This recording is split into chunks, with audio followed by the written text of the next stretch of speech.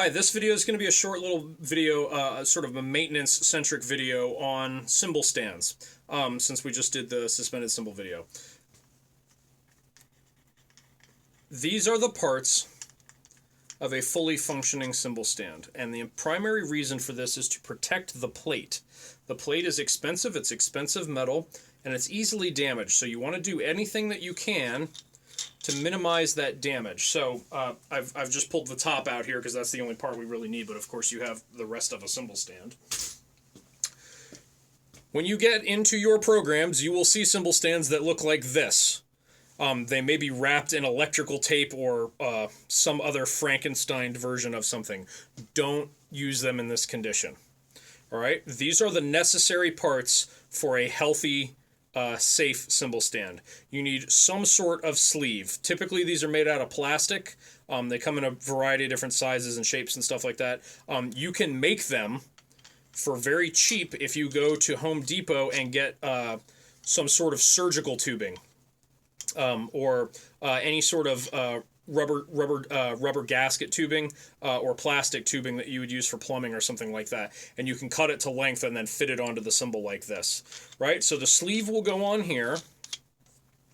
And what this does is this eliminates the possibility of metal-on-metal contact. If you have your metal cymbal touching metal on the stand, eventually that cymbal will break.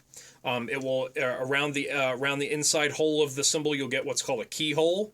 That's where the metal has been in contact and they've actually worn each other away. Cymbal metal is typically softer than the metal that stands are made out of, and so your cymbal will crack and eventually will break and die. So after you put the sleeve on, then you put felt on. The felt protects the cymbal from whatever the sleeve is made out of, and also gives it something to sit on. Then you put the plate on. You'll have another felt that goes on top, and then you have your wingnut. All the wingnut really does is keeps the cymbal from flying off the stand if you play too loud or while you're moving it or something like that. All of these items are very easily lost, and you will have to replace multiple of them each year.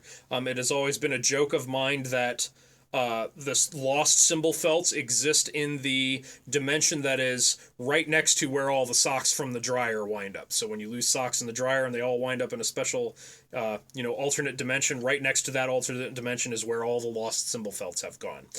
So in addition to keeping your cymbal stands fully stocked and healthy, and educating your students about the necessity of making sure that they don't lose the parts, most of the companies now make, this is the Zildjian Drummer's Survival Kit that comes with a dozen felts and a couple other little things that you would need for day-to-day maintenance.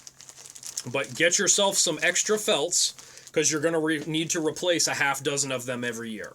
Right? So, basic stand, sleeve, one or more felts, depending on if you want one on the top or not, and then the wingnut. All right, so that's the construction of a healthy cymbal stand.